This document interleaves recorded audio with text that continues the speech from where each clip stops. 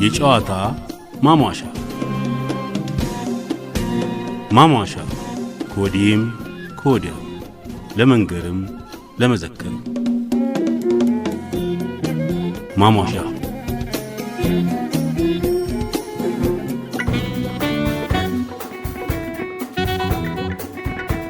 ችግኞች እናጽድቅ፣ ዛፍ እንትከል።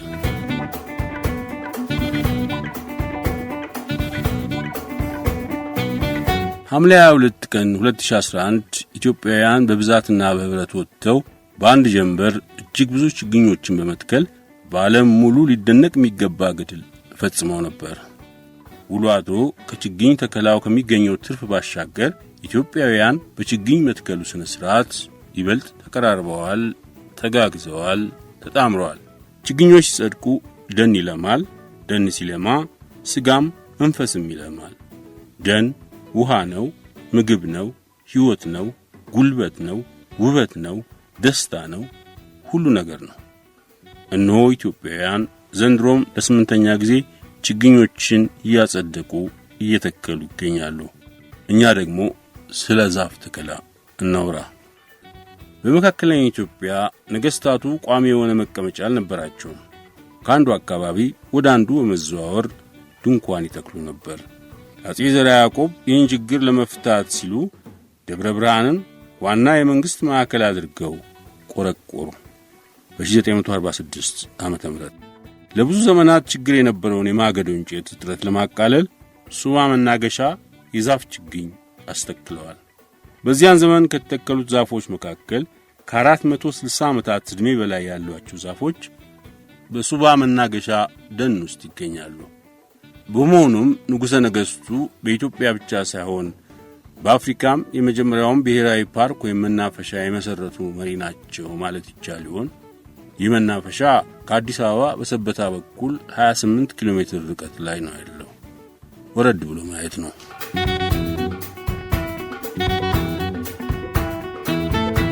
የባህር ዛፍ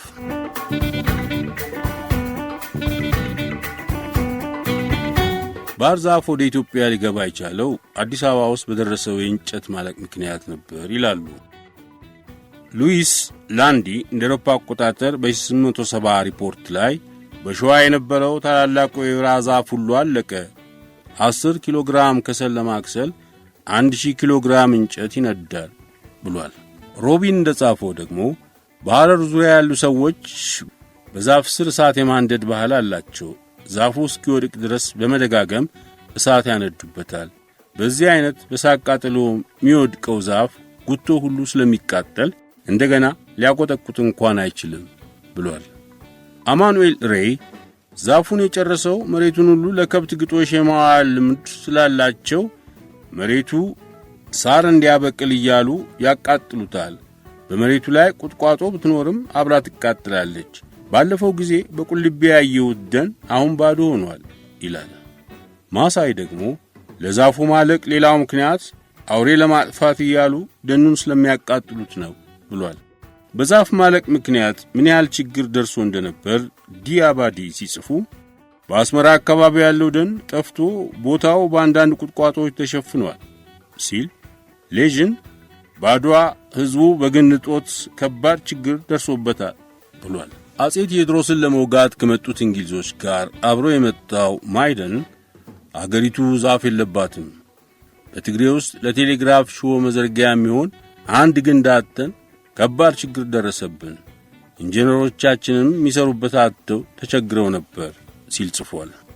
የእንጨት ችግር ከቦታ ቦታ ሲያስከትማቸው የኖረው አጼ ምኒልክ በውጭ አገር ሰዎች ሐሳብ አፍላቂነት ቶሎ የሚደርስ ዛፍ አለ ተባለና ኢካሊፕቶስ የሚባል የዛፍ ስር በ1886 ዓመተ ምህረት ከአውስትራሊያ እንዲመጣ ተደረገ። ችግኙ ተፈልቶ እንደደረሰም ስሙ የባህር ዛፍ ተባለ። ከባህር ማዶ የመጣ ለማለት ነው። አለቃ ለማ ኃይሉ ወልደ ታሪክ ልጃቸው መንግስቱ ለማ መጽሐፈ ትዝታ ብለው በጻፉት መጽሐፍ ውስጥ እንዲህ ይነግሩናል። ሙሴ ሜንዶን ፈረንሳይ ነበረ። ቤቱ በዚህ ባራዳው ወዲያ ከፊት አውራሪ ሀብተ ጊዮርጊስ ቤት ግርጌ ወንዙ አጠገብ ነበረ። ወረደ አዲስ ዓለም አበሾች ምቀኞች ናችሁ። የእናንተ አገር እንዴት ይቀናል አላቸው አጤ ምኒልክን። ምንድነው ምቀኝነታችን? ቴዎድሮስ በነገሰበት ዮሐንስ አልነገሰ፣ ዮሐንስ በነገሰበት አንተ አልነገስክ። ቀጥሎ አንተ ስታልፍ የሚነግሰው ደግሞ አገር ለውጦ ከተማው ሌላ ነው። አንተ በነገስክበት ከተማ አይነግስ አላቸው። ምቀኝነት መች ነው? የእንጨት ችግር ነው እንጂ አባቶቼ አንኮበር ጫካ ነበር። ያንን በዘበኛ አስከልክለው ድሃ እንዳይቆርጥ እንጨት አይሰብር ቤት አይሰራ የነሱ ብቻ የቤተ መንግስት አድርገው ይኖሩ ነበር። እኔ አጤ ቴዎድሮስ አምልጬ መጣሁ። አንኮበር ስገባ ያ የተከተለኝ ሁሉ ወታደሩ መኳንንቱ ብዙ ነው። በአንድ ዓመት ያ ሁሉ እንጨት አለቀ። እዚያ ተመልሼ ደቦ ጎጆ ቃዳ ግርጌ ድረስ ጨረስኩ። እንዲህ ያለ ነው አሉ። አሁን ደግሞ የነን አዲስ ዓለም 2 ዓመት ቢችለኝ ቀጥዬ እሄዳለሁ። እስከ ከፋ ድረስ እሄዳለሁ። እድሜውን የሰጠኝ እንደሆነ እንጨት በመፈለግ ነው። ሌላ ምን አለ? እንጨት ባመጣልህስ? በባቡር የሚመጣ መስሏቸው ከፈረንሳይ እንጨት መጥቶ እንጀራ ተጋግሮ ወጥ ተሰርቶ ይሆናል ሲሉ ጊዜ መቼ እንዲህ ነው ይተከላል እንጂ እንዲህ ተተክሎ ደርሶ ሊሆን እንደዚህ ያለ አገር በእንጨት በዚሁ ቀና እስከ 3 ዓመት ይደርሳል ሲላቸው ጊዜ እንግዲያ አዲስ አበባ ያማረምን አገር ተገኝቶ ከሆነልኝ አሉ። መጣ ተከለ አፈሰሰ ፍሬው። ያውን ኖት አድርሻለሁ አለ ሙሴ ሜንዶን። እንግዲህ እየወሰዳችሁ ተከሉ ውሃ እንድታጠጡ አሉ አጤ ምኒልክ ካህኑ ወታደሩን። ያን ጊዜ ውሃው አምቦ አይገባም 6 ለአንዱ ሰው 6 ውሰዱ አሉ። እሳቸውም ወሰዱ ተከሉ። ኋላ መቼም አገራችን ለክፋት የታደለ አገር ነው። አንዱ እንዲሁ እኮ ማድረጋቸው እኛ ውሃ እያጠጣን እንድናሳድግላቸው ነው።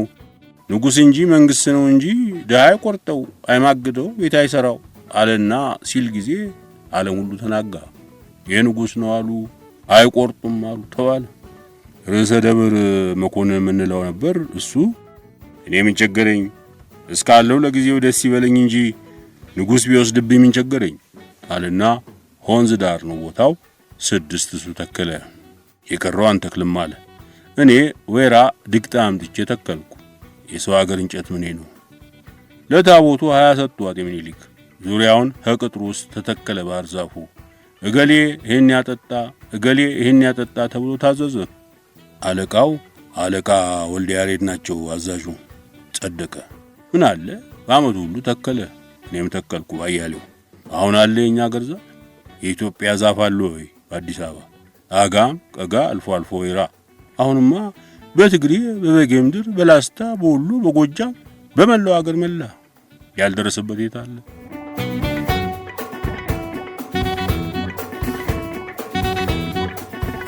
ባህር ዛፍ ይነቀል ተባለ። የባህር ዛፍ የተተከለበትን መሬት ግብሩን ምር ያለው ብለው ካወጁ በኋላ አጤ ምኒልክ ህዝቡ በሽሚያ ይተክል ጀመር። እንዲያውም ችግኙ ተወደደ። 40 ችግኝ በአንድ ጥሬ ብር መሸጥ ተጀመረ። አተካከሉም በአዲስ አበባ ብቻ ሳይሆን በመላው ኢትዮጵያ ተስፋፋ። በአዲስ አበባ የተተከሉ ዛፎች ደን ሲሆኑ ውሃ እየደረቀ ሄደ። ጉድጓዶችም ምንጮችም ደረቁ። ከራስ መኮንን ቤት በታች ያለችው ራስ መኮንን ምንጭ የምትባለዋ ብቻ ቀረች። በአዲስ አበባ ላይ ከባድ የውሃ ችግር ደረሰ። ይህን ችግር ያመጣው ባህር ዛፍ መሆኑ ስለታወቀ ባህር ዛፎች እንዲነቀሉ ታዘዘ። ማንም ሰው ካለው ከባህር ዛፉ ሩቡን እያስቀረ ሌላውን እንዲነቅል ተባለ። ተነቀለ። ባህር ዛፍ ይነቀል ተባለ። ምኒልክም ትከል ብለነው ተከለ። አሁን ደግሞ ንቀላል ነው። ዛፉ ቀርቶ ልምጭ ከሚቸገርበት ሁኔታ ልንደርስ ነውና ምከሩበት አሉ። በምክሩ መሰረት ሌሎች የዛፍ ዘሮች ከውጭ እየመጡ ተተከሉ። የባህር ዛፉም ጥናት አብሮ ቀጥሎ ነበርና ቶማስ ሆለር በ1898 ዓ.ም በጻፈው ሪፖርት ከህንድ፣ ከሳይሎን፣ ከእንግሊዝ አገርና ከሌሎችም አገሮች ኢካሊፕተስ ባህር ዛፍ እየመጣ እንደገና በአዲስ አበባ ከተማ ተተከለ። ጥሩ አይነት ተጠንቶም በብዙ 100 ሺህ የሚቆጠር ተተከለ ብሏል። የመጀመሪያው ባህር ዛፍ ውሃዎችን ካደረቀ በኋላ እንዲጠፋ ሲደረግ ለሁለተኛ ጊዜ ከመጣው 9 አይነት የባህር ዛፍ ዘር ውስጥ ተመርጦ የተሻለው እንዲራባ ተደረገ። ከዚህ በኋላ የባህር ዛፍ ተክል ተስፋፋ። ይላል የጋሽ ጳውሎስ ኞኞ መጽሐፍ።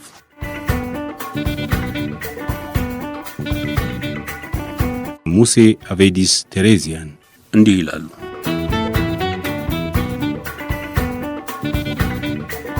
አጼ ምኒልክ አዲስ አበባ ከቆዩ በኋላ የውሃ የእንጨት ችግር በዝቶ የከተማውን አቀማመጥ ወጣ ገባ በመሆኑ አዲስ ከተማ ለመቆርቆር አሰቡ። ቢያስቡ ገነት ሆለታን መረጡ። እዚያ ቤተ መንግስት ተሰራ። አሁን አካዴሚ የሚባለው እዚያው ቦታ ነው እና ለውጭ ሀገር ሰዎች፣ ለሀገሩም መኳንንት፣ ለህዝቡም ቦታ መሩ። ለእኛም ለአባቴም ቦታ መርተው ነበር። በዚያን ጊዜ አዲስ አበባ 4 ከፍ ያሉ ሌጋሲዮኖች ነበሩ። አሁን ኤምባሲዎች ይባላሉ። መጀመሪያው ፈረንሳይ፣ ቀጥሎ እንግሊዝ፣ 3ኛ መስኮብ፣ 4ኛ ጣሊያን። እነዚህ ትልቆች ነበሩ። እነሱም ቤተ መንግስት ተጠርተው ይህንን ሐሳብ አጼ ምኒልክ ገለጹላቸው። ቢገልጹላቸው እንግሊዞችና ፈረንሳዮች ችካሉ። እንዴት እንሄዳለን ተባለ። ሌጋሲዮን ሰርተናል፣ እዚሁ ሰፍረናል። እንዴት ይኬዳል? እዚያ ለምንስ ይኬዳል? አጼ ምኒልክ ችግራቸውን ቢያመለክቱ የእነሱ መልስ እንዲህ ነው። እንጨት እንደሆን ሰው ወደ እንጨት አይሄድ፣ እንጨት ወደ ሰው ይመጣል እንጂ። ውሃ እንደሆን ውሃ ወደ ሰው ይመጣል እንጂ ሰው ውሃ ፍለጋ አይሄድም አሉ። እንዴት ይሆናል ተባለ። መንገድ ይሰራል፣ መንገድ ይዘረጋል፣ የውሃ ቧንቧ ይዘረጋል። እንዴት ይቻላል አሉ። አስረዱ። መንገድ ይሰራል፣ መንኮራኩሮች ይፈጠራሉ፣ እንጨቱ ይመጣል ወደ አዲስ አበባ። አጼ ምኒልክ ተቸገሩና ማታውን አባቴን አስጠሩ። እጅግ የወዳጅነትና የሥራ ግንኙነት ነበራቸው። ባለሟልም ናቸው እና ችግራቸውን አስረዱ። በዚያን ጊዜ እንደሚታወቅ የታላላቅ መንግስታት ተጭኖና ፈቃድ እጅግ ከባድ ነበር በአፍሪካ። ስለዚህ በብልሃት ነበር መጠጋት እንጂ ሐሳባቸውን ሁሉ ለመፈጸም አይችሉም ነበር እና አባቴ ብዙ ጊዜ መካከል ሆኖ መንገድ ያሳዩአቸው ነበር። አባቴ ሲያስረዱ እንዲህ አሉ። እንግሊዝ ሀገር አንድ በእንፋሎት የሚሰራ በእንጨት የሚነድ ጎታችና የሚዳምጥ መሳሪያ ነው። እሱም ብናመጣ መልካም ነው አሉ። አጼ ምኒልክ ደስ አላቸውና እንዳታድር ቶሎ ወርደህ አምጣ።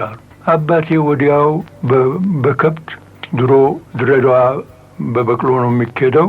16 ቀን ያውቀዋል። ብቻ በግስጋሴ 6 ቀንም ይደረሳል። አባቴ ወዲያው ወርደው ድሬዳዋ፣ ጅቡቲ ወርደው እንግሊዝ ሀገር ሄደው ገዝተው አስመጡና ጅቡቲ ደረሰ። ጅቡቲ ከደረሰ በኋላ ባቡሩ ገና ድሬዳዋ አልደረሰም ነበርና ይሄ መሳሪያ 10 ቶን የሚከብድ ከባድ የብረት መሳሪያ ነበር። ተጭኖ መጣ። ወረደና እንዲህ መካከል መንገድ ድሬዳዋ ሳይደርስ ቦታውን ዘነጋለሁ። አሁን እንግዲህ ያለ መንገድ እንዴት ወደ 600 ኪሎ ሜትር እንዴት ወደ አዲስ አበባ ይደርሳል ብሎ ቢታሰብ አባቴ አገሩን በጣም ያውቁ ነበር። ሜዳውንም በረሃውንም ተራራውንም ግድ የለም አሉ። እኔ አደርሰዋለሁ አዲስ አበባ። ሰው ታዘዘ። እንደ ማስታውሰው እልፍ የሚባል ድርጅት ነበር። አንዱ ወደ አንዱ እያሳለፈ ያደርሳል። 3000 ሰው ታዘዘ። ባቡሩ እየተነዳም እየተጎተተም እንደምንም በቢሾፍቱ በኩል ወደ አዲስ አበባ ደረሰ። ቢደርስ አጼ ምኒልክ በትልቅ ደስታ ሰዎቻቸውን ሰብስበው ሊቀበሉት ሄዱ። ነገሩ በጣም ባለማወቁ ትልቅ ከበሬታ እንዲሆን ምንጣፉም አልቀረም፣ መጠጡም ድግሱም አልቀረም። ሄዱና ደስ አላቸው። ባቡሩ መጣ። ይጮሃል፣ ይጨሳል፣ ምናምን ትንሽ ይሄድ ነበር። በኋላ እንደምንም አዲስ አበባ ደረሰ። ቢደርስ ታላቁ ቤተ መንግስትና ፓርላሜንት ህንጻ መካከል ሜዳ ነበር። እዚያው ሜዳ ላይ ህዝቡ ተሰበሰበና ይሄ ባቡሩ እንግዲህ ሊንቀሳቀስ ነው ተባለ። ይጨሳል፣ ይጮሃል፣ ደስ አላቸው። ብቻ በክብደቱ ቦታው ረግረግ ነበርና ሰመጠ። እግሩ ሰመጠና መሄድ እምቢ አለው። ድንጋይ አልተነጠፈም፣ እንዲያው ጭቃ ላይ ነው እና ቤተ መንግስት ተመለሱ። ድሮ የአዝማሪ ልማድ ነበርና ቶሎ አዝማሪው አነሳና ገጠመ። ቢነግሩሽ አታጠናክሪ እንደ ሰርኪስ ባቡር ተገትረሽ ቀሪ የሚባል ተዘፈነ ብዙ ዓመት። ሙሴ አቬዲስ ቴሬዚያ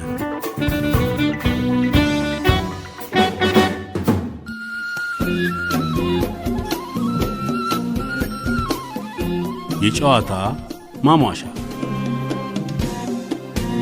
ማሟሻ ከወዲህም ከወዲያም ለመንገርም ለመዘከርም ማሟሻ